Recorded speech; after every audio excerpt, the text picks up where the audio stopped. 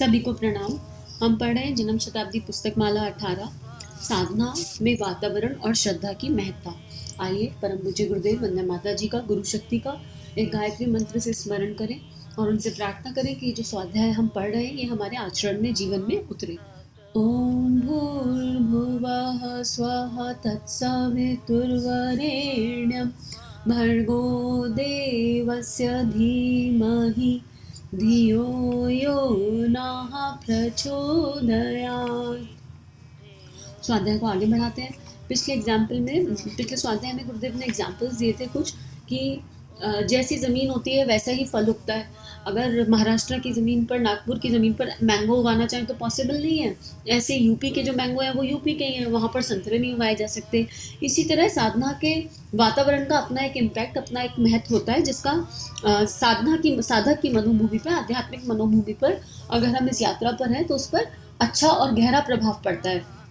इसको कुछ एग्जाम्पल से गुरुदेव ने ऐसे भी समझाने की कोशिश करी थी। मान लीजिए एक घर में कोई बहुत क्रोधी इंसान रहता है तो उसके क्रोध का असर सारे घर के, सारे परिवार के लोगों पर पड़ता है। लेकिन एक ही घर में कोई बहुत प्रसन्न, आनंदचित इंसान रहता है तो उसकी हंसी की लहर से पूरा घर हंसने लगता है। तो यही बात गुरुदेव हमें समझा रहे थे। अब गुरुदेव आगे लिख रहे हैं, इस संदर्भ में एक और भी पुरानी बात याद है। श्रवण कुमार अपने माता पिता को कंधे पर बिठाकर उन्हें तीर्थ यात्रा कराने ले जा रहे थे। यूपी मेरठ के पास एक जगह है जहां आकर वह रुक गए और अपने माता पिता से कहा, क्यों जी, आपकी आंखें ही तो खराब हैं, टांगे तो खराब नहीं। हम आपकी लकड़ी पकड़ लेंगे और आप लोग हमारे पीछे पीछे चलिए ना, क्यों हमारे कंधे पर सवार होते हैं। श्रवण के माता पिता अचंभे में रह गए। कंधे पर बैठकर चलने से तो उनका मतलब यह था कि हमारा लड़का सारे संसार भर में अजर और अमर होकर रहेगा, सारी दुनिया उसका नाम लिया करे, अपने बच्चे को प्यार देने के लिए उसका जीवन एक गाथा बन जाए, उदाहरण बन जाए। उनका मतलब सवारी गांठने से तो था ही नहीं। उन्होंने कहा, अच्छा बेटे, जैसा तुम कहोगे हम वैसा ही करेंगे, पर काम करो, आज रात को हम ठहरेंगे यहाँ नहीं, यहाँ से हमको दूर चलना चाहिए और इस क्षेत्र को पार कर लेना चाहिए। श्रवण कुमार ने माता पिता का कहना माना और उस इलाके से बहुत दूर चला गया। जैसे ही वह इलाका खत्म हुआ वैसे ही श्रवण कुमार को बहुत आश्चर्य हुआ अपने ऊपर और वह फूट फूट कर रोने लगा। उसने कहा, पिताजी, मैंने कैसे कह दिया कि आप अपने पैरों पर चलिए। मुझे यह कितना बड़ा सौभाग्य मिला था जिसे मैं छोड़ना चाहता था। पिता ने कहा, बेटे, डरने की कोई बात नहीं है। वस्तुतः जहाँ तुम्हारे मन में वह विचार आया वह स्थान ऐसा था जहाँ एक मैं नामक दानव था। उसने अपने माता पिता को मार डाला था। बस उसी स्थान से होकर हम चल रहे थे और उसके संस्कार भूमि में पड़े हुए थे। भूमि के संस्कारों की वजह से तुम्हारे मन में विचार आए थे। अब हम उस क्षेत्र से निकल आए हैं, अतः अब सब कुछ सामान्य हो गया है। कितना एक डीप एग्जाम्पल गुरुदेव ने यहाँ दिया कि धरती का कितना प्रभाव पड़ता है। श्रवण कुमार जैसी चेतना का मन बदल गया जब वो मेरठ के पास एक जगह से होकर गुजरे क्योंकि वहाँ एक राक्षस प्रवृत्ति के इंसान की जो है तरंगे थी। उन्होंने वहाँ अपने माता पिता को मारा था, तो वो तरंगों का इम्पैक्ट पड़ रहा था। वातावरण का इम्पैक्ट हम पर पड़ता ही पड़ता है, हम चाहें या ना चाहें, ये हमारे हाथ में नहीं होता। जब हम किसी आश्रम में जाते हैं तो दिनचर्या कितनी सुव्यवस्थित, कितनी अच्छी हो जाती है, लेकिन वही दिनचर्या हम अपने घर में फॉलो करना चाहें तो बहुत मुश्किल होता है, क्योंकि घर में सब लोगों की अलग अलग मनोवृत्ति होती है। लेकिन आश्रम में समूह की शक्ति जागृत होती है और सब लोग एक ही मनोवृत्ति के होते हैं और एक ही एक्चुअली रूटीन फॉलो कर रहे होते हैं। और आश्रम आप छोड़ दो, स्कूल्स के डिसिप्लिन देख लो। जब स्कूल जाना होता है तो कैसे डिसिप्लिन में सब बच्चे सारे सब सिस्टम से सब कुछ चल रहा होता है।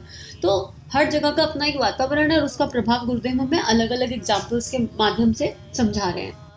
इस उदाहरण से आप समझ गए होंगे कि वातावरण का कितना भारी असर होता है। आपको हमने इसलिए यहाँ के वातावरण में बुलाया, यहाँ मतलब शांतिकुंज, हिमालय के नजदीक बुलाया। हिमालय यहीं से शुरू होता है, यहीं शिव और सप्तऋषियों का स्थान था। स्वर्ग कहाँ था? स्वर्ग हिमालय के उस इलाके में था जिसको नंदनवन कहते थे, गौमुख से आगे। स्वर्ग जमीन पर था। सुमेरु पर्वत भी वहीं था। देवता भी इसी इलाके में रहते थे। हिमालय वाले क्षेत्र में सारे के सारे महत्वपूर्ण ऋषि व सप्तऋषियों से लेकर सनक सनंदन तक एवं नारद से लेकर आदि गुरु शंकराचार्य तक भी महत्वपूर्ण व्यक्ति हुए हैं। उनकी साधना इसी स्थान में हुई है। ये गुरुदेव ने जन्म शताब्दी पुस्तक माला 15 देवात्मा हिमालय एवं ऋषि परंपरा में और गहराई से समझाया है कि शांति कुंज इतना दिव्य क्यों है, हिमालय इतना दिव्य क्यों है और वहाँ क्या क्या था। और यहाँ भी गुरुदेव हमें शॉर्ट में बता रहे हैं कि स्वर्ग भी वहीं पर था, नंदन वन के थोड़ा सा आगे ही उसे स्वर्ग कहते थे, और सारे सप्तऋषियों ने, सारे बड़े बड़े ऋषि मुनियों ने वहीं पर तपस्या की है। और गंगा का अवतरण भी वहीं से हुआ है, भागीरथी गंगा, भागीरथी शिला भी वहीं है, भगवान भागीरथ ने भी वहीं पर तप किया है। अब आगे लिखते हैं, इसलिए हिमालय का अपना वातावरण है। गंगा की महत्ता तो आप जानते हैं ना, गंगा की कितनी बड़ी महत्ता है। गंगा को सारा संसार जाने क्या क्या मानता है, भौतिक दृष्टि से भी और आध्यात्मिक दृष्टि से भी। यहाँ गंगा जी प्रवाहित होती है। जिस स्थान पर हमने शांति कुंज बनाया, हमारे गुरुदेव ने इस स्थान का महत्व बताया था कि यहाँ 7 ऋषियों का तप हुआ था। यहाँ 7 ऋषियों की 7 गंगाएं थी। 2 गंगाएं गायब हो गई, परंतु 5 गंगाएं अभी भी दिखाई देती हैं। 2 गंगाएं जो गायब हो गई वह कहाँ गई? वह इसी स्थान पर थी जहाँ आज शांति कुंज बना हुआ है। एक धारा यहाँ बाहर बहती थी, जिसे बांध बनाकर रोक दिया गया, तब भी गंगा का पानी जमीन से उछलता रहता है। शांति कुंज के पीछे एक नाला बहता है, वह जमीन में से उछलता रहता है। आप कहीं भी जरा सा गड्ढा खोदिए, गंगा जल देने के लिए तैयार है। यह गंगा जी की विशेषता है। शांति कुंज हिमालय के द्वार पर बना है। यहाँ ऐसा प्राणवान सानिध्य है जहाँ शेर और गाय प्राचीन काल की भांति एक साथ पानी पीते हैं। ऐसा ही वातावरण है यहाँ शांति कुंज में। यहाँ ऐसे लोगों का सानिध्य आपको मिला है जिसके लिए अगर आप सारे हिंदुस्तान में घूमें और यह तलाश करें कि ऐसे प्राणवान सानिध्य कहीं मिलेंगे क्या। ऐसे प्राणवान सानिध्य प्राचीन काल में तो शायद हुए हो, पर आज आपको ऐसी आध्यात्मिकता का सही वातावरण अन्यत्र मिलेगा नहीं, जैसे कि शांति कुंज में हमने बनाकर रखा है और आपको यहाँ साधना करने के लिए बुलाया है। गुरुजी पूरे विश्वास के साथ, आश्वासन के साथ हमको दोबारा समझा रहे हैं, और सब लोग जन्म शताब्दी पुस्तक माला 15 जरूर सुनिएगा, क्योंकि उसमें गुरुदेव ने शांति कुंज में कैसे सारे ऋषि जीवंत हैं वो समझाया है। एक एक ऋषि ने क्या क्या कार्य किया और गुरुदेव ने शांति कुंज में उसको कैसे जीवंत किया। शांति कुंज के अंदर एक हिमालय बना हुआ है। शांति कुंज हिमालय का मेन गेट है। अगर हमें हिमालय तक जाना है तो शांति कुंज मेन गेट है। अब पहले तो यात्रा बहुत दुर्गम थी, हिमालय तक हर किसी के लिए जाना संभव नहीं है। हिमालय पर जाकर रहेंगे तो क्या खाएंगे क्या नहीं खाएंगे, अभी तो हम चित्त के संस्कारों में, इंद्रिय संस्कारों में लिप्त हैं। तो गुरुदेव ने शांति कुंज एक ऐसी व्यवस्था बना दी कि एक सरल तरीके से अगर हम साधना में जीवन जीना चाहते हैं और साधना करना चाहते हैं तो वहां जाकर रहें, और ऐसा वातावरण हमें कहीं नहीं मिलेगा जो शांति कुंज में विनिर्मित है। तो क्या गुरुजी इतने भर से बात पूरी हो जाएगी? नहीं बेटे, इतना ही पर्याप्त नहीं। आपको इसके साथ में अपनी श्रद्धा संजोकर रखनी पड़ेगी। श्रद्धा को आप संजोकर अगर नहीं रखेंगे तब फिर यह जमीन भी वैसी ही है जैसे कि मछली पकड़ने वाले गंगा जी में घूमते रहते हैं, पर श्रद्धा उनमें नहीं तो उन्हें कोई फायदा नहीं होता। अगर श्रद्धा और भक्ति का अभाव है तो अच्छे वातावरण से भी कोई फायदा नहीं। अगर श्रद्धा के भाव है तो यही गंगा तरन तारिणी बन जाती है और अपने बच्चों का उद्धार कर देती है, और श्रद्धा के अभाव में ये केवल नहर रह जाती है, सामान्य से पानी रह जाता है। आपको अपनी श्रद्धा समुन्नत करनी पड़ेगी। अगर आप यहाँ निवास करते हैं तो कृपा करके अपनी श्रद्धा को जीवंत कीजिए और यह अनुभव करना शुरू कीजिए कि आप किसी ऐसे स्थान पर निवास करते हैं जहाँ का वातावरण आपकी साधना को सफल बनाने में समर्थ है।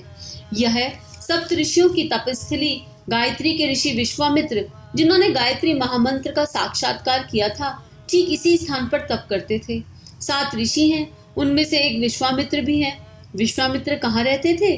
उनकी कुटिया कहाँ थी? यही थी जहाँ आज शांति कुंज है। यह विश्वामित्र का स्थान है। अब गुरुदेव दूसरी महत्वपूर्ण बात बता रहे हैं, विश्वास और श्रद्धा की। मूर्ति है जब तक उसमें श्रद्धा आरोपित नहीं की जाती।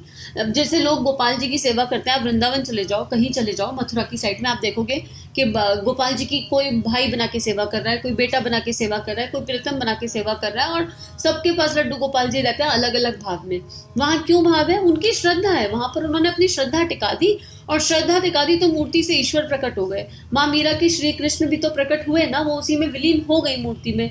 तो गुरुदेव कह रहे हैं कि अगर आपका श्रद्धा विश्वास नहीं है, अगर आप टेस्टिंग मोड में जा रहे हो तो कोई कुछ रिजल्ट नहीं आने वाला। अगर आप डाउट्स के साथ, संशय के साथ जा रहे हैं तो फिर रिजल्ट नहीं आएगा।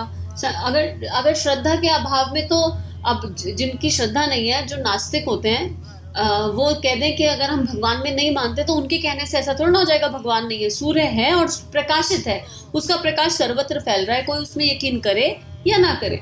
तो अगर श्रद्धा का अभाव है तो आपको किसी चीज का कोई लाभ नहीं होगा, आपकी रिसीविंग क्लोज हो जाएगी, और रिसीविंग के बिना तो कुछ भी नहीं हो सकता।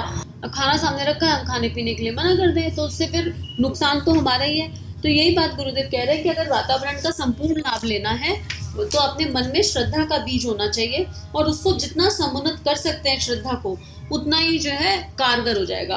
Actually law of attraction, affirmation, ये जितने भी विज्ञान है ना, इन सबके पीछे श्रद्धा ही काम करती है, क्योंकि जो हम सोचते हैं वही मैनिफेस्ट होने लगता है।